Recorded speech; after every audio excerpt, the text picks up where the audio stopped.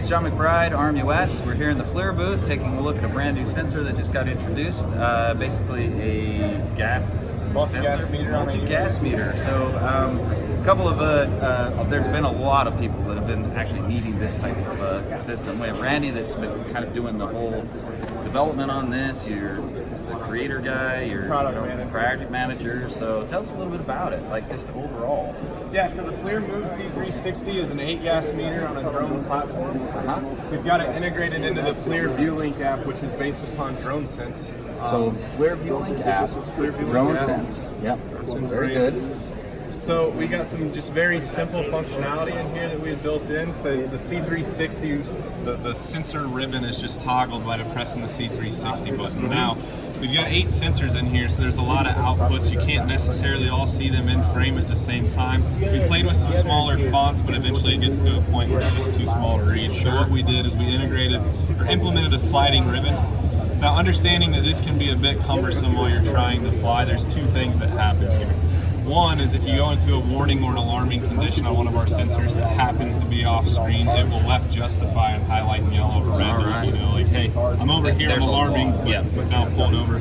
The other thing that you can do by pulling open the Flir menu here, this is our sensor activation and deactivation menu. So if you're on scene and you just say, you know what, I'm not worried about SO2, I'm not worried about NO2, I'm not worried about CO right now. You can just toggle those off, and now you've minimize got those up on the top. Yeah. And now you've got everything in view that you're concerned about.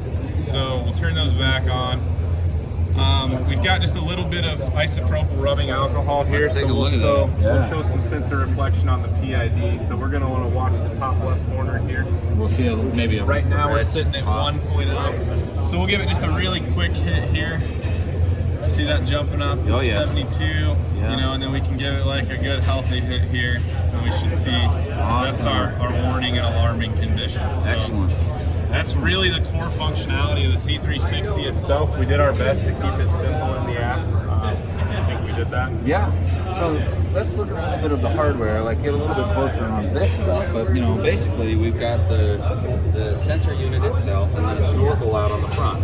Right. And the idea here was to try and like maybe worry about downdrafting air, things like this. But you were saying that you didn't really have that problem when you were doing that, because that has always been a concern, is to have some kind of a LEL monitor, air monitor, and what the props were going to do. So correct. Share a little bit of experience on why maybe you come up with this design, and why it's not just a tube.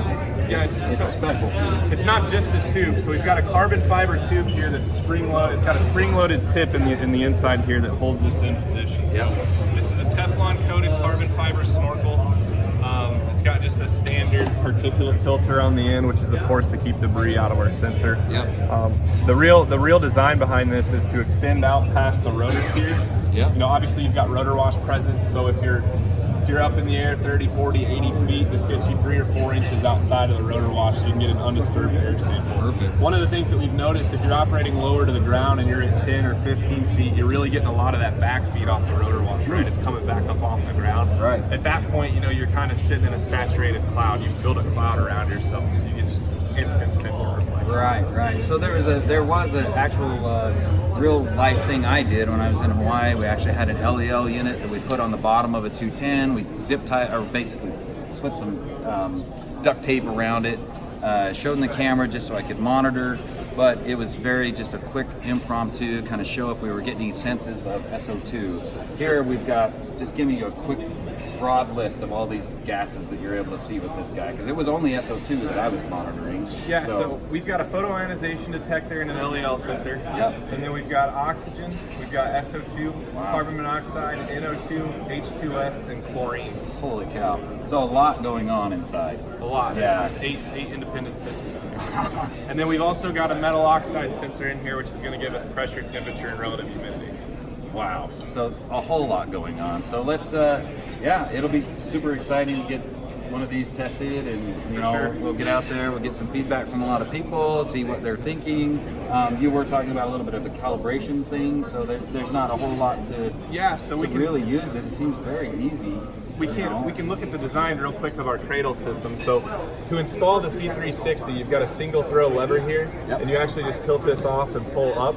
So this same design here is actually the mount on our calibration station. So you hook up your cal gases, you put the sensor on, lock it into place just like you do here. You've got a bump check option, verification check, and then you've also got a full-on calibration as well as like the maintenance functionality built into the cal station. So I'm sure people will then comment, you know, we've got a side-mounted GPS just in case we have an inhibited GPS on the inside. So recommended any way to go ahead and do that if you're covering up, if you're doing a top mount or anything like that. So recommended to do a side-mounted GPS on this. So yeah, quick release, simple system. Yeah, pretty exciting. Awesome, great job, man. Thanks, Sean. All right, we'll talk to you guys real soon. If you have any questions or comments, let me know.